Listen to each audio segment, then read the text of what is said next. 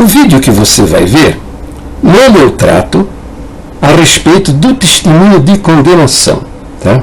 É um testemunho de condenação, não é um testemunho de salvação, como você inocentemente acredita. Se você for assistir um culto na Congregação Cristã do Brasil, você vai ver as pessoas levantarem e deixarem lá registrado um testemunho de condenação. Tá? Um testemunho de alma perdida. Tá? Muito bem. Bom, mas neste preâmbulo que eu estou fazendo agora, eu quero explicar as razões de mais de 500 vídeos que eu tenho aí na internet criticando as crenças vigentes na congregação. Porque não são as nossas crenças originais.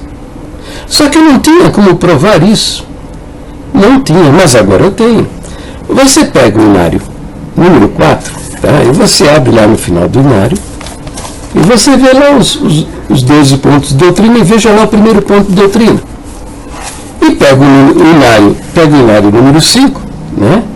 E você abre lá e veja lá o que diz lá o primeiro ponto de doutrina. Você vai ver a diferença. Vai ver que eles acrescentaram a palavra contendo. Tá? Entendeu? Com isso eles estão querendo dizer que a Bíblia não é a palavra inspirada por Deus. Ela tem partes que é inspirada por Deus, tem partes que não. Tá? Quando isso não é da nossa doutrina. Você pode ver isso no inário número 4, número 3, número 2, número 1. Pode ver lá no resumo da Convenção de 1927, quando foram definidos os nossos 12 pontos de doutrina. Então veja, além disso, eles se meteram num buraco sem saída, sabe? Por quê?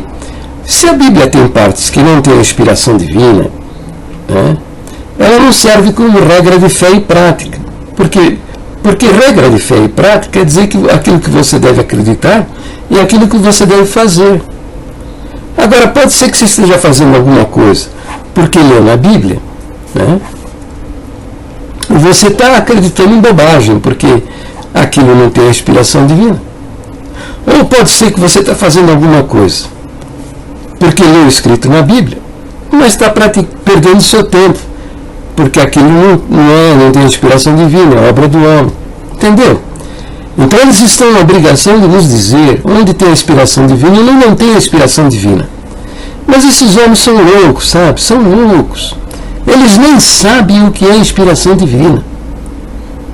Se soubessem o que é inspiração divina, eles não teriam feito estas mudanças. Entendeu? Mas são loucos, porque ainda eles se levantam no final das reuniões, das assembleias, e dizem: o Senhor nos guiou, tal, que o Senhor guia estas coisas nada. Esses homens são loucos, tá? Desviados das nossas doutrinas originais. Bom, veja, agora o segundo ponto de doutrina. Eu digo, desde há 15 anos que eu digo que eles não creem na divindade de Jesus Cristo. Por isso, alterar o primeiro ponto de doutrina e adulterar agora o segundo ponto de doutrina.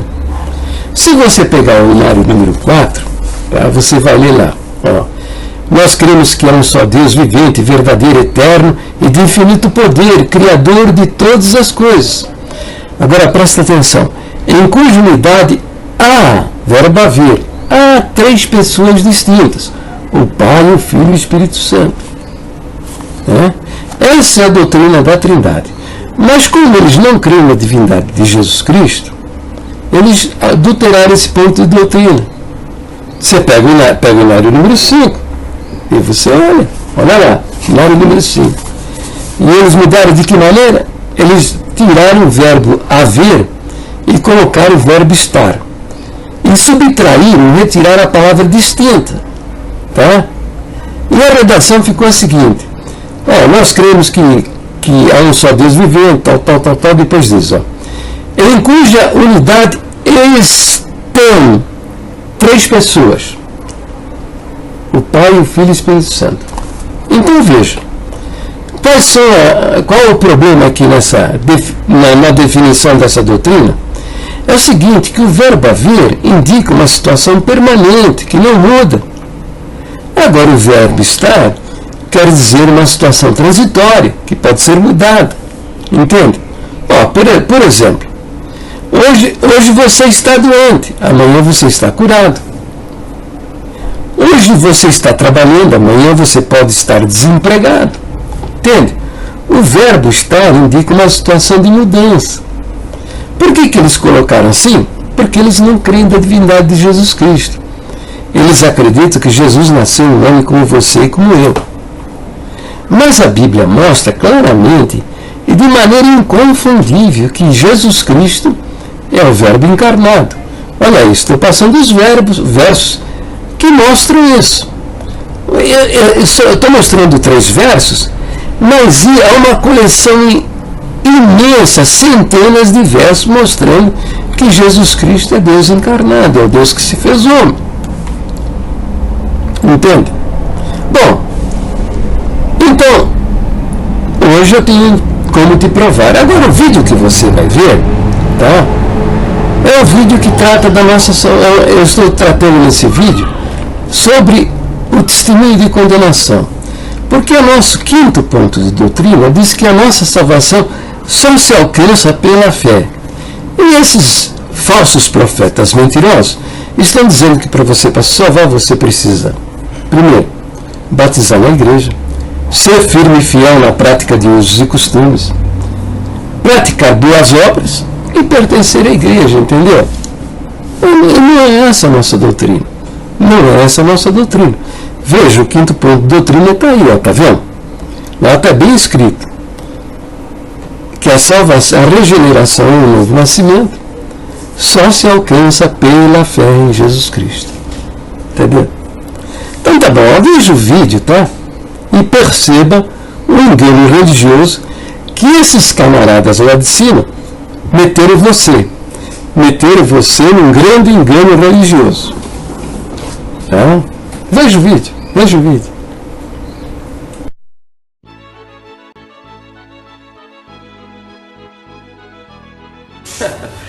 A paz de Deus, sempre no precioso nome do Senhor Jesus, porque esse nome tem poder. Bom, veja, o pessoal fica furioso comigo, fica zangado, mete o pau, me condena, diz que eu sou ímpio, pecador, adúltero, homossexual, faço sexo com animais, sou mentiroso, estou cheio de demônios. Mas, por causa da minha indignação, veja bem, não devo eu ficar indignado? Olha, mas eu tenho que ficar muito indignado, muito mesmo. Porque a nossa doutrina, veja aí o que é a nossa doutrina, o que diz a doutrina da Congregação Cristã do Brasil a respeito da nossa salvação. É isso que você está vendo aí desfilar nesse vídeo. A salvação é pela fé, muito bem definida pelas palavras do Senhor Jesus. Muito bem definido, a salvação muito bem definida pelos apóstolos que deixaram registrado que a salvação é pela fé, é pela confiança, não tem nada a ver com as nossas obras, nada, absolutamente nada a ver com as nossas obras. E esses homens do ministério, o que eles fazem? O que eles fizeram? Botaram uma nação inteirinha no engano, no erro, na mentira. Meu amigo, você que vê esse vídeo, veja bem, se você for congregar em qualquer congregação neste dia, você vai ouvir as pessoas se levantarem e testemunharem. E o testemunho não vai ser um testemunho de salvação, é um testemunho de condenação. O que ele vai dizer lá na frente é que ele é uma alma perdida, condenada por toda a eternidade, que ainda não foi salvo, não sabe o que é salvação.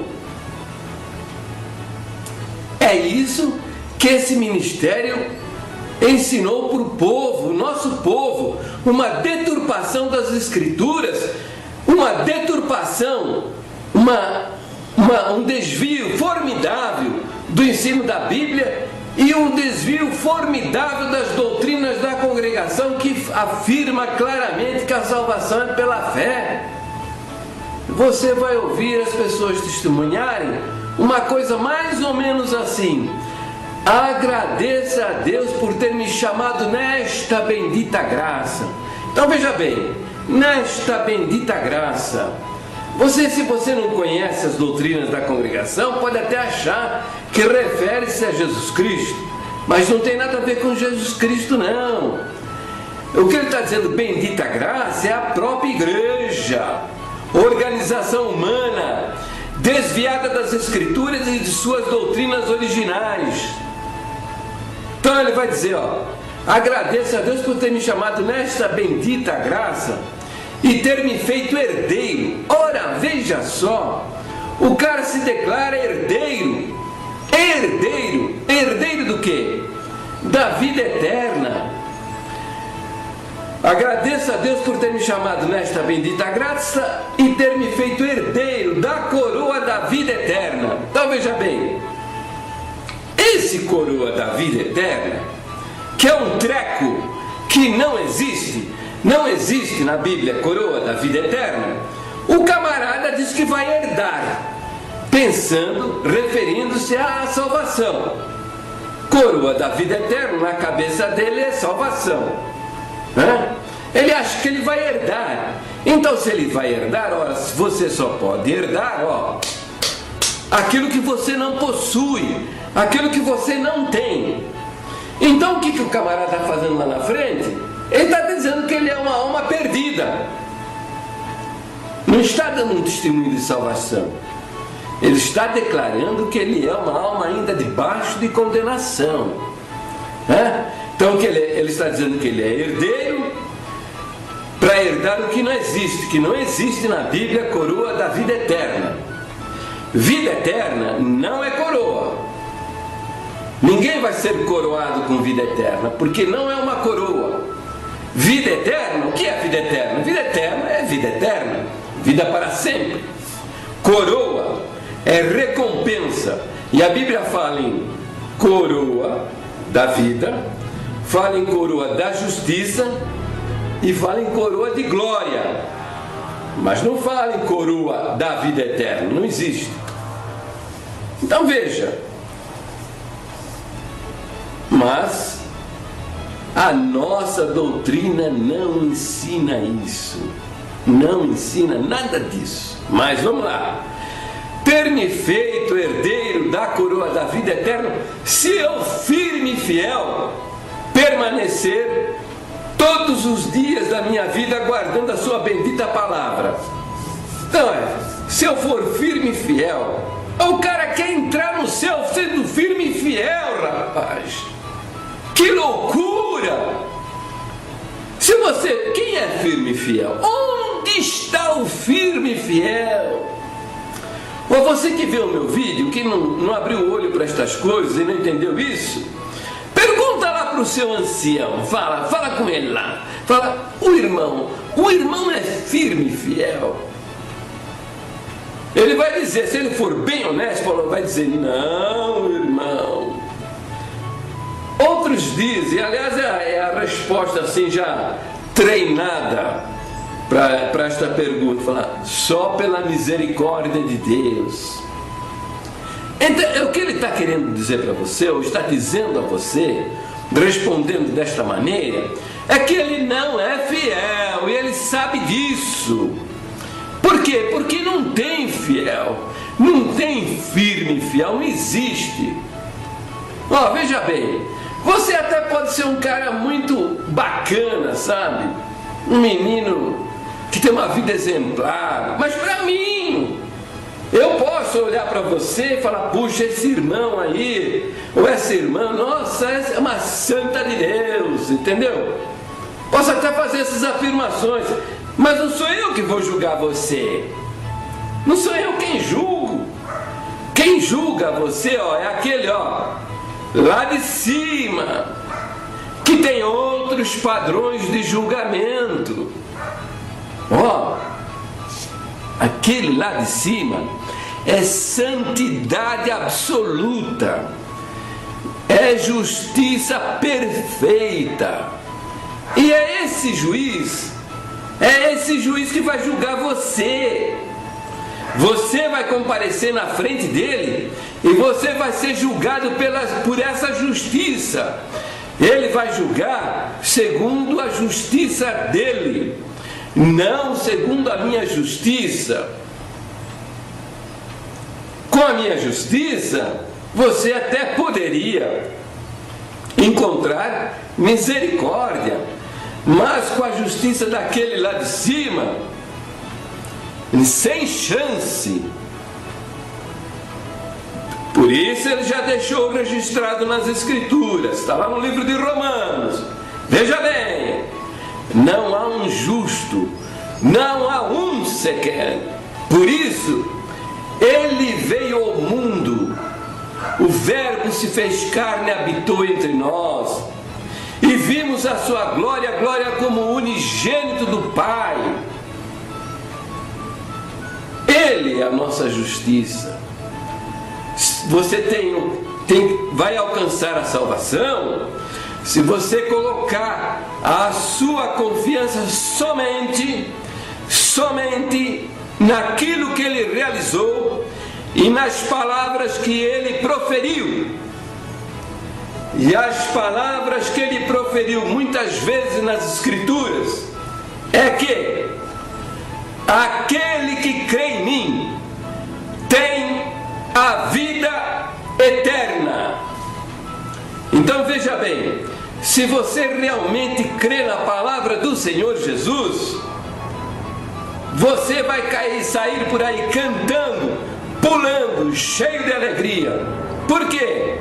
Porque aquele que veio salvar a humanidade deixou muito bem registrado que aquele que confia naquele sacrifício que ele fez na cruz e nas palavras que ele proferiu e deixou registrado nas Escrituras, tem a vida eterna.